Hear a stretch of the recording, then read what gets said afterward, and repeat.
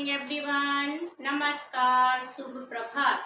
मैं अंकिता सिंह फिर से आपके सामने उपस्थित हूँ एक और वीडियो के साथ, जिसमें मैं आपको प्रोनाउन के काइंड्स ऑफ प्रोनाउन टीच कराऊंगी। Today's I will teach you kinds of pronoun. आज मैं आप लोगों को काइंड्स ऑफ प्रोनाउन पढ़ाऊंगी। काइंड्स ऑफ प्रोनाउन कौन कौन से हैं, कितने टाइप्स के होते हैं।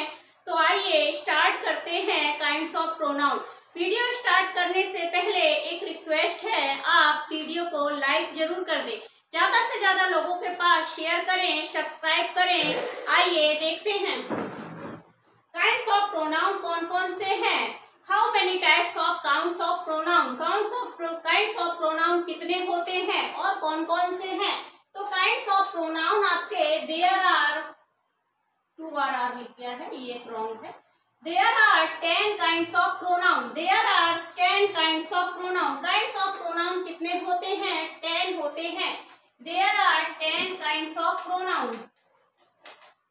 There are 10 kinds of pronoun. Kinds of pronoun आपके कितने होते हैं? 10 होते हैं। There are 10.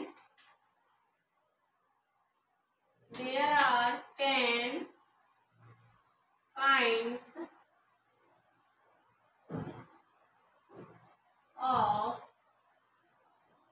pronoun. There are 10 kinds of pronoun. Kinds of pronoun कितने होते हैं? 10 होते हैं, मीन्स 10 होते हैं। प्रोनाउन के जो टाइप्स होते हैं वो कितने होते हैं? वो 10 होते हैं। प्रोनाउन के टाइप्स कितने होते हैं? प्रोनाउन के टाइप्स 10 होते हैं। आइए देखते हैं 10 टाइप्स प्रोनाउन कौन कौन से हैं। फर्स्ट है आपका पर्सनल प्रोनाउन। फर्स्ट है आपका पर्सनल प्रोनाउन मीन्स व्यक्तिवाचक सर्वनाम या पुरुषवाचक सर्वनाम। पर्सनल प्रोनाउन को क्या बोलेंगे? पर्सनल प्रोनाउन को बोलेंगे पुरुषवाचक सर्वनाम। पर्सनल प्रोनाउन को क्या बोलेंगे? पर्सनल प्रोनाउन को बोलेंगे पुरुषवाचक सर्वनाम। क्या होता है पर्सनल प्रोनाउन? पुरुषवाचक सर्वनाम। पर्सनल प्रोनाउन को हिंदी में क्या बोलेंगे? पर्सनल प्रोनाउन को हिंदी में बोलेंगे पुरुषवाचक सर्वनाम। पुरुषवाचक सर्वनाम। सेकेंड है आपका पजेसिव प्रोनाउन। सेकेंड कौन सा है? सेकेंड है आपका पजेसिव प्रोनाउन, अधिकारवाचक सर्वनाम। सेकेंड आपका पजेसिव प्रोनाउन, अधिकारवाचक सर्वनाम। थर्ड है आपका डेमोन्स्ट्रेटिव प्रोनाउन। थर्ड कौन सा है? डेमोन्स्ट्रेटिव प्रोनाउन, संकेतवाचक सर्वनाम। संकेतवाचक सर्वनाम। नेक्स्ट है आपका डिस्ट्रीब्यूटिव प्रोनाउन। नेक्स्ट कौन सा है? डिस्ट्रीब्यूटिव प्रोनाउन मीन्स विभाग सूचक सर्वनाम। नेक्स्ट है आपका रेसिप्रोकल प्रोनाउन, पारस्परिक संबंधवाचक सर्वनाम। रेसिप्रोकल प्रोनाउन क्या है? पारस्परिक संबंधवाचक सर्वनाम। Reflexive pronoun. रिफ्लेक्सिव प्रोनाउन को हिंदी में क्या बोलते हैं? रिफ्लेक्सिव प्रोनाउन का मीन्स है निजवाचक सर्वनाम। रिफ्लेक्सिव प्रोनाउन का मीन्स है निजवाचक सर्वनाम। नेक्स्ट है आपका एम्फैटिक प्रोनाउन। एम्फैटिक प्रोनाउन का मीन्स है दबाव बोधक सर्वनाम। एम्फैटिक प्रोनाउन का मीन्स है दबाव बोधक सर्वनाम। नेक्स्ट है आपका इंडेफिनिट प्रोनाउन। इंडेफिनिट प्रोनाउन का मीन्स है अनिश्चयवाचक सर्वनाम। इंडेफिनिट प्रोनाउन का मीन्स है अनिश्चयवाचक सर्वनाम। Interrogative pronoun. इंट्रोगेटिव प्रोनाउन का मीन्स है प्रश्नवाचक सर्वनाम। इंट्रोगेटिव प्रोनाउन का मीन्स क्या है? प्रश्नवाचक सर्वनाम। रिलेटिव प्रोनाउन का मीन्स क्या है? रिलेटिव प्रोनाउन का मीन्स है संबंधवाचक सर्वनाम। ये 10 टाइप्स के आपके काइंड्स ऑफ प्रोनाउन है। तो आइए इनके बारे में थोड़ा शॉर्ट में पढ़ते हैं कि आपका पर्सनल प्रोनाउन क्या है, पजेसिव प्रोनाउन क्या है, डेमोन्स्ट्रेटिव प्रोनाउन क्या है, डिस्ट्रीब्यूटिव प्रोनाउन क्या है, रेसिप्रोकल प्रोनाउन क्या है, रिफ्लेक्सिव, एम्फैटिक, इंडेफिनिट, इंट्रोगेटिव और रिलेटिव प्रोनाउन क्या है। आखिर ये है क्या? आइए देखते हैं। तो सबसे पहले पर्सनल प्रोनाउन मीन्स पुरुषवाचक सर्वनाम ये आपके I, we, he, she, it, they are called personal pronoun. Means इसमें क्या होता है, इसमें आपके I, we, you, they, he, she, it ही आपके क्या होते हैं, यही इन्हीं को हम पर्सनल प्रोनाउन कहते हैं, मीन्स पुरुषवाचक सर्वनाम कहते हैं। ये 3 होते हैं। फर्स्ट ये 3 होते हैं, देखिए कौन कौन से ये 3 होते हैं। एक तो आपका होता है फर्स्ट पर्सन, एक होता है आपका फर्स्ट पर्सन। फर्स्ट पर्सन के अंदर कौन कौन से आएंगे, फर्स्ट पर्सन के अंदर आएगा आई और बी। फर्स्ट पर्सन के अंदर आएगा आई और बी। फर्स्ट पर्सन में वो होता है एक तो जो मतलब एक तो मैं स्वयं होता हूँ फर्स्ट पर्सन, मैं और एक जब हम सब इकट्ठे होकर हम बोलते हैं तो मैं और हम फर्स्ट पर्सन में आते हैं। मैं और हम फर्स्ट पर्सन में आते हैं। सेकंड पर्सन में कौन होता है, सेकंड पर्सन में आपका होता है यू। सेकंड पर्सन में आपका यू होता है, सेकंड पर्सन में आपका यू होता है। फर्स्ट पर्सन में मैं और हम, सेकंड पर्सन में फर्स्ट पर्सन में वो होता है जो काम को करने वाला होता है, जो कहने वाला होता है वो फर्स्ट पर्सन में होता है, जो सुनने वाला होता है वो सेकंड पर्सन में होता है, जो कहने वाला होता है वो फर्स्ट पर्सन में होता है, जो सुनने वाला होता है वो सेकंड पर्सन में होता है। थर्ड पर्सन जिसके बारे में बात की जाती है, थर्ड पर्सन जिसके बारे में बात की जाती है, जिसके बारे में बात की जाती है वह थर्ड पर्सन होता है। जैसे आपका दे, he, she, it, they, he, she, it, दे, जिसके बारे में बात की जाए, जिसके बारे में बात की जाए वो आपका थर्ड पर्सन होता है।